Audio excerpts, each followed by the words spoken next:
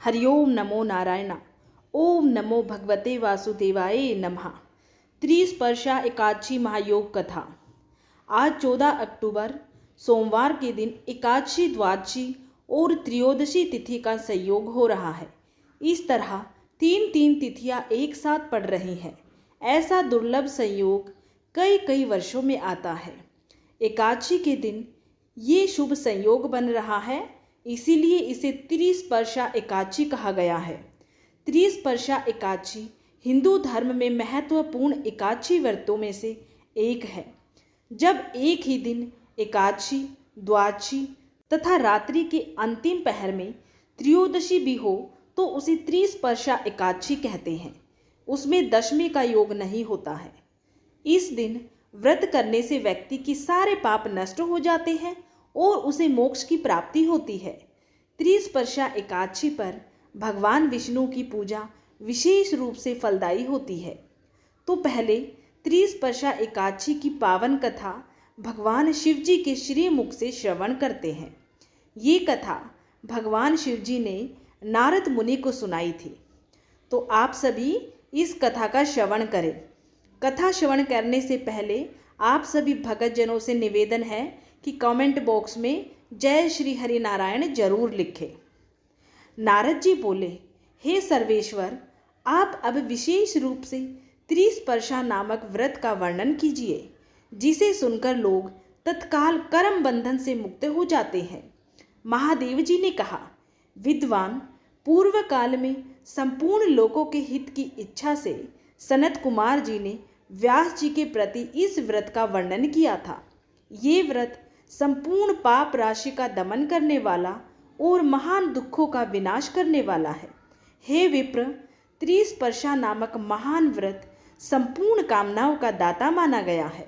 ब्राह्मणों के लिए तो मोक्षदायक भी है।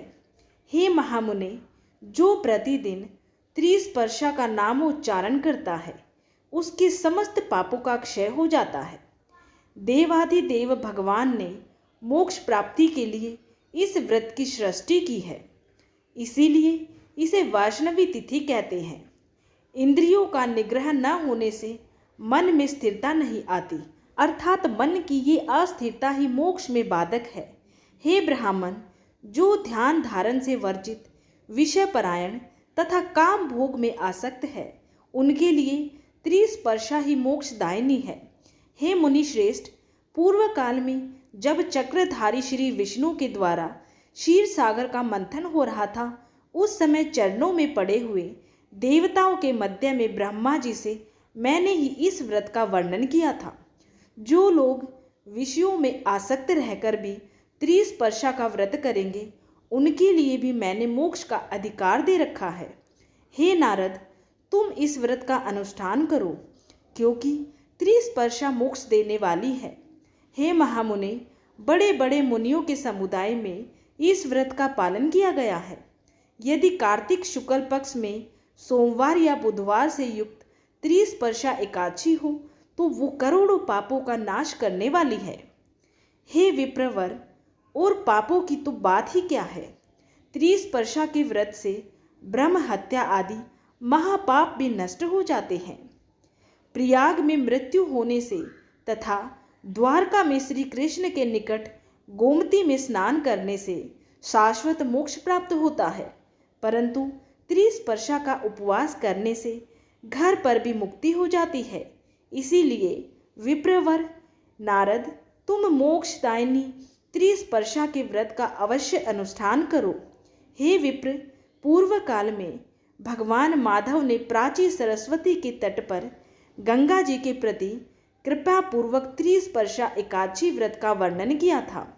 गंगा ने पूछा, हे हर्षिकेश, ब्रह्म हत्या आदि करोड़ों पाप राशियों से युक्त मनुष्य मेरे जल में स्नान करते हैं।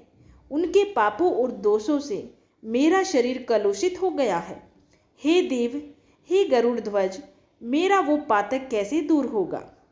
प्राची माधव बोले, हे शुभे, तुम त्रिस्पर्शा का व्रत करो। ये 100 करोड़ तीर्थों से भी अधिक महत्वशालीन है। करोड़ों यज्ञ, व्रत, दान, तप, जप, होम और सांख्य योग से भी इसकी शक्ति बढ़ी हुई है। ये धर्म, अर्थ, काम और मोक्ष, इन चारों पुरुषार्थों को देने वाली है। नदियों में श्रेष्ठ गंगा त्रिस्पर्शा व्रत जिस किसी महीने में भी आए, तथा ये शुक्ल पक्ष में हो या कृष्ण पक्ष में, उसका अनुष्ठान करना ही चाहिए। उसे करके तुम पाप से मुक्त हो जाओगी। जब एक ही दिन एकादशी, द्वादशी तथा रात्रि के अंतिम पहर में त्रयोदशी भी हो तो उसे त्रिस्पर्शा समझना चाहिए। उसमें दशमी का कोई योग नहीं होता है। देव नदी गंगा एकादशी व्रत में दसवीं वेद का दोष मैं नहीं क्षमा करता। ऐसा जानकर दसवीं युक्त एकादशी का व्रत नहीं करना चाहिए। उसे करने से करोड़ों जन्मों के किए हुए पुण्य तथा संतान का नाश होता है। वह पुरुष अपने वंश को स्वर्ग से गिराता और रौरव आदि नरकों में पहुंचाता है। उसके शरीर को शुद्ध करके मेरे दिन एकादशी का व्रत करना चाहिए। द्वादशी मुझे अत्यंत ही प्रिय है। मेरी आज्ञा से इसका व्रत करना उचित है। तब गंगा बोली, हे जगन्नाथ, आपके कहने से मैं त्रिस्पर्शा का व्रत अवश्य ही करूंगी। आप मुझे इसकी विधि बतलाइए। प्राची माधव ने कहा, सरिताओं में उत्तम गंगा देवी, सुनो, मैं त्रिस्पर्शा का विधान बताता हूँ।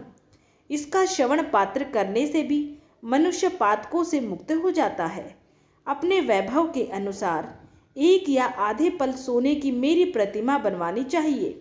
इसके बाद एक तांबे के पात्र को तिल से भरकर रखे और जल से भरे हुए सुंदर कलश को स्थापना करें, जिसमें पंचरत्न मिलाए गए हों। कलश को फूलों की मालाओं से आवेष्टित करके कपूर आदि से सुवासित करें। इसके बाद भगवान दामोदर को स्थापित करके उन्हें स्नान कराए और चंदन चढ़ाए। फिर भगवान को वस्त्र धारण कराए। तदंतर पुराणोक्त सामयिक सुंदर पुष्प तथा कोमल तुलसी दल से भगवान श्री हरिनारायण की पूजा करें।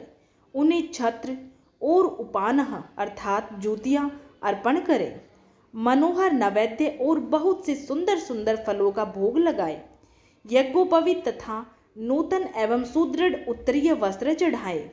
सुंदर ऊंची बांस की छड़ी भी भेंट करें। दामोदराय नमः कहकर दोनों चरणों की, माधवाय नमः से दोनों घुटनों की, कामप्रदाय नमः से गुदा भाग की तथा वावन पूर्तये नमः कहकर कटी की पूजा करें। पद्मनाभाय नमः से नाभि की, विश्वमूर्तये नमः से पेट की, ज्ञान गम्याय नमः से हृदय की, बैकुंठ गामिने नमः से कंठ की, सहस्त्र बाहवे नमः से बाहुओं की, योग रूपणे नमः से नेत्रों की, सहस्त्र शीर्षणे नमः से सिर की तथा माधवाय नमः कहकर संपूर्ण अंगों की पूजा करनी चाहिए। इस प्रकार विधिवत पूजा करके विधि के अनुसार अर्घ्य देना चाहिए। जलयुक्त शंख के ऊपर सुंदर नारियल रखकर उसमें रक्षा सूत्र छपेट दे। फिर दोनों हाथों में वह शंख आदि लेकर निम्नांकित मंत्र पढ़े।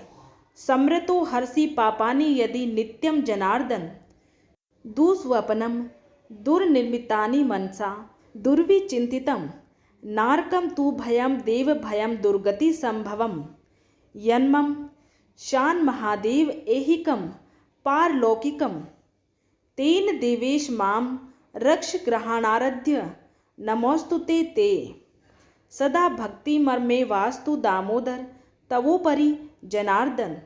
यदि आप सदा स्मरण करने पर मनुष्य के सब पाप हर लेते हैं तो देव मेरे दुस्वपन, अपशकुन, मानसिक दुश्चिंता, नारकीय भय तथा दुर्गति जन्य त्रास हर लीजिए। हे महादेव देवेश्वर, मेरे लिए इस लोक तथा परलोक में जो भय है उनसे मेरी रक्षा कीजिए तथा ये अर्घ्य ग्रहण कीजिए। आपको नमस्कार है। हे दामोदर, सदा आप में ही मेरी भक्ति बनी रहे। तत्पश्चात धूप दीप और नैवेद्य अर्पण करके भगवान की आरती उतारे, उनके मस्तक पर शंख घुमाए। ये सब विधान पूरा करके सद्गुरु की पूजा करें। उन्हें सुंदर वस्त्र, पगड़ी तथा अंगा दे। साथ ही जूता, छत्र, अंगूठी, कमंडलू, भोजन, पान, संप धान्य तथा दक्षिणा दे। गुरु और भगवान की पूजा के पश्चात श्री हरि के समीप जागरण करें। जागरण में गीत, नृत्य तथा अन्य नान्य उपचारों का भी समावेश रहना चाहिए। तदंतर रात्रि के अंत में विधि पूर्वक भगवान को अर्घ्य दे स्नान आदि कार्य करके ब्राह्मणों को भोजन कराने के पश्चात ही स्वयं भोजन ग्रहण करना चाहिए।